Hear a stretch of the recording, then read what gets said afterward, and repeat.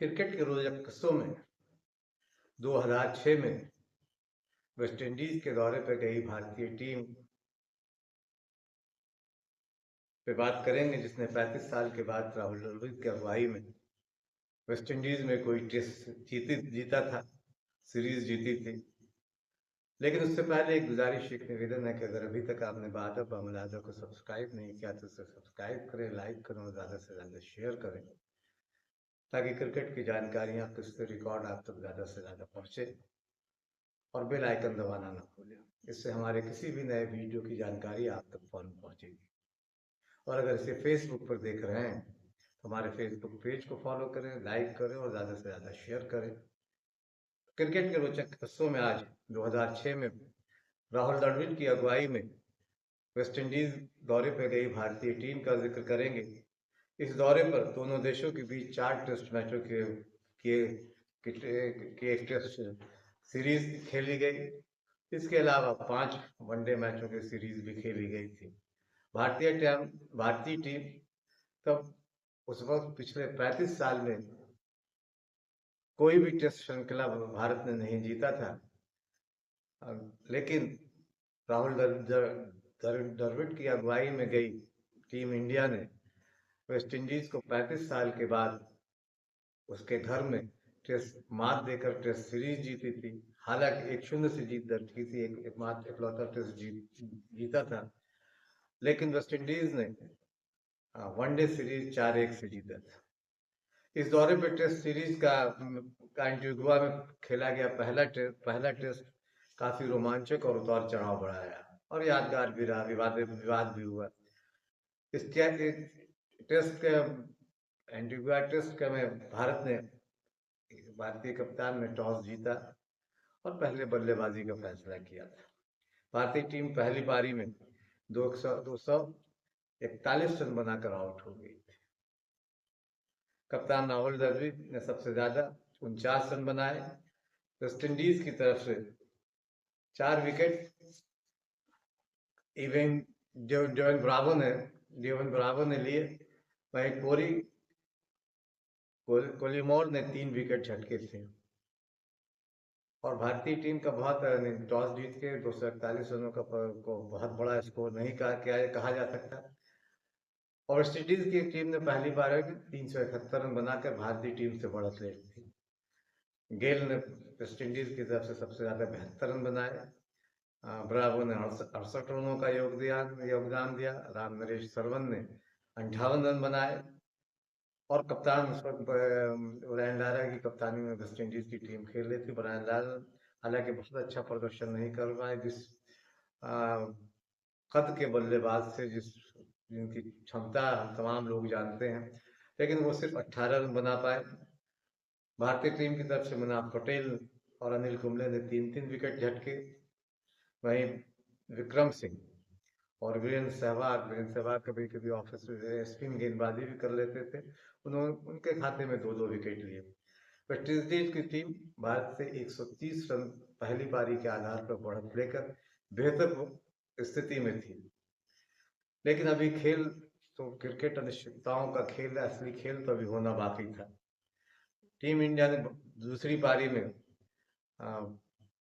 अच्छा प्रदर्शन किया और ओपनर वसीम जाफर ने दोहरा शतक, बेहतरीन बल्लेबाजी की और उन्होंने 212 रनों की बेहतरीन पारी खेली। और दोहरे शतक से भारतीय टीम को उन्होंने जबरदस्त टीम मैच में टेस्ट में वापसी करवाई।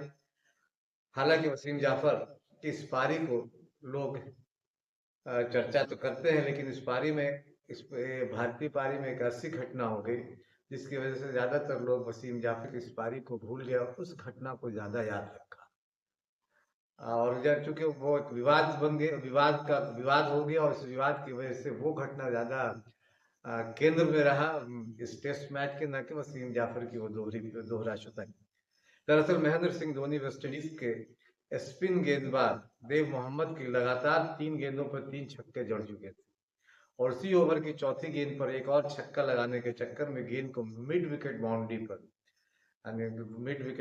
लगभग बाउंड्री लाइन पर छक्का लगभग हो ही गया था, ऊंचा खेला उन्होंने, मिड विकेट बाउंड्री पर खड़े डेरन गंगा ने इस कैच तो पकड़ा, लेकिन देखने में ऐसा लग रहा था कि वो उनका पैर जो है वो बाउंड्री लाइन से टच कर गया। हालांकि रिप्ले से भी रिप्ले से भी बहुत स्पष्ट नहीं हुआ, लेकिन ऐसा लग रहा था रिप्ले में भी कि गेंद जो है वो, या उनका पैर जो है गंगा का टच यानी बाउंड्री लाइन से वो टच कर गया था और ये छक्का था। लेकिन जब बीच मैदानी अंपायरों ने और खिलाड़ियों में बहस होने लगी इसे लेकर, तब जब बहस हो रही तो महेंद्र सिंह धोनी पवेलियन की तरफ चलने लगे, लौटने लगे। हालांकि तब पवेलियन से भारतीय टीम के कप्तान राहुल द्रविड़ ने उसी दौरान भारतीय पारी घोषित कर दी थी, और जो विवाद ज्यादा बड़ा विवाद बनता वही उन्होंने विराम दे दिया, और भारतीय टीम दूसरी पारी में 6 विकेट पर 521 रन आकर राहुल द्रविड़ ने पारी घोषित की। महेंद्र सिंह धोनी ने 52 गेंदों पर 4 चौके और 6 छक्कों की मदद से 69 रन बनाए, और मोहम्मद कैफ 46 रन बनाकर नॉट आउट रहे। वेस्टइंडीज के लिए देव मोहम्मद ने सबसे ज्यादा 3 विकेट लिए। 392 रनों के लक्ष्य का पीछा करते हुए वेस्टइंडीज की टीम मुश्किल में आ गई थी, लेकिन स्पिनर देव मोहम्मद ने 55 गेंदों में 52 रन बनाकर टीम को संभाला। फिर वेस्टइंडीज ने अपने 9 विकेट 297 रनों पर गंवा दिए थे, और ये लगभग लग रहा था कि मैच भारत की मुट्ठी में है, और उनकी हार यानी वेस्टइंडीज की हार बहुत नजदीक, हार की दहलीज पे वेस्टइंडीज की टीम खड़ी, और भारतीय टीम बस जीत की दहलीज को पार ही करने वाली है। आखिरी जोड़ी को कुल 19 गेंदें खेलकर विकेट भी बचाना था और टेस्ट भी। फिदेल एडमंड्स 36 गेंदों पर 1 रन और कोरी कॉलिमोर ने 8 गेंदों पर 1 रन बनाकर मुकाबले को किसी तरह से ड्रॉ कर लिया। इस टेस्ट मैच को महेंद्र सिंह धोनी के विवादित मैच और वसीम जाफर की अद्भुत दोहरे शतक के लिए याद किया जाएगा। वेस्टइंडीज की टीम किसी तरह 1 विकेट बचाकर टेस्ट तो बचा लिया, लेकिन भारतीय टीम ने वो बहुत अच्छा प्रदर्शन किया।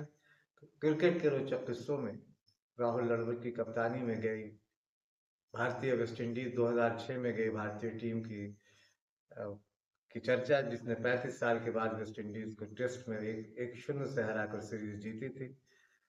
अगली बार हम फिर किसी नए किस्से, नई जानकारी, नए रिकॉर्ड्स के साथ मिलेंगे। तब तक के लिए छोड़े जाते हैं एक नए वीडियो के साथ, देखें और लुत्फ लें। And now if I can ask the Indian captain Rahul Dravid to come forward. Ladies and gentlemen, Indian captain Rahul Dravid.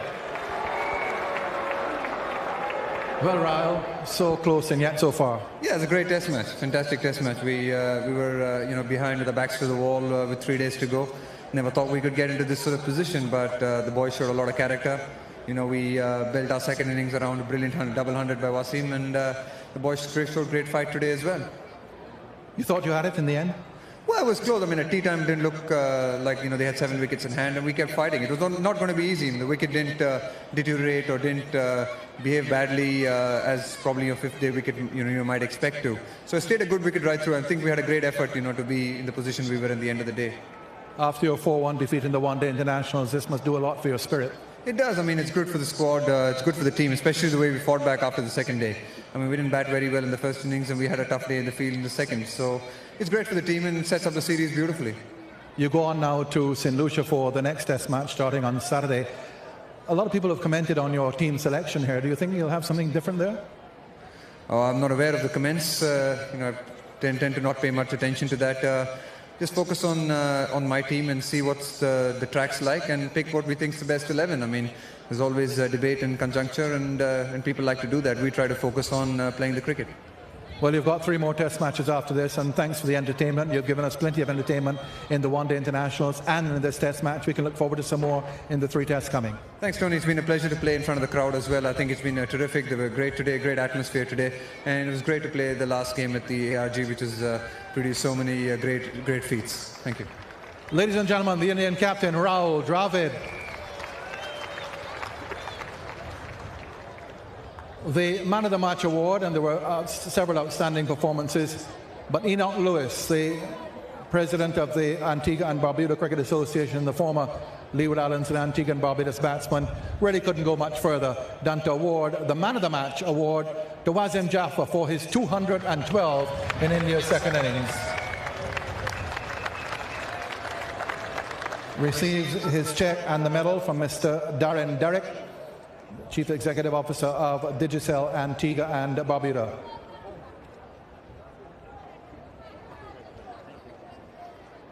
Well, Wasim, well done. A double hundred here. There have been a lot of runs scored in this ground by a lot of famous batsmen, and you've joined them. Yeah, it feels nice. First double hundred for me in the Test cricket, and to get double hundred on this ground on the last Test feels really nice. You only came in, you missed the one-day series. You only came in, what, a few days before the Test match. Took some time to acclimatise? Yeah, I had a shin operation before I came here, so I didn't have much practice before this. Just had a 2-day game at the warm-up game, and that was it actually. So it was nice to get runs straight away. Well, you've got runs here before. The last time you were here, you got 86. Yeah, last time I missed 100, so it's nice to get a double 100 now. And of course, you've had an up-and-down career. You haven't played much since you were here last time. And then you came back against England, 81 and then 100, and now a double 100. Seems as if you're there for good now. Yeah, I just want to be consistent now. I mean, I've learned by getting dropped from the squad, so it's been good experience. So I just want to be consistent from here on. How was your heart this afternoon towards the end? Yeah, it would be nice to, finish with the win, but it's a nice game anyway. Well, thanks for your entertainment. Tremendous innings. 212, Wasim Jaffer, the man of the match. Wasim Jaffer played so beautifully in this Test match, his first Test match, double 100, and he'll remember this for quite some time.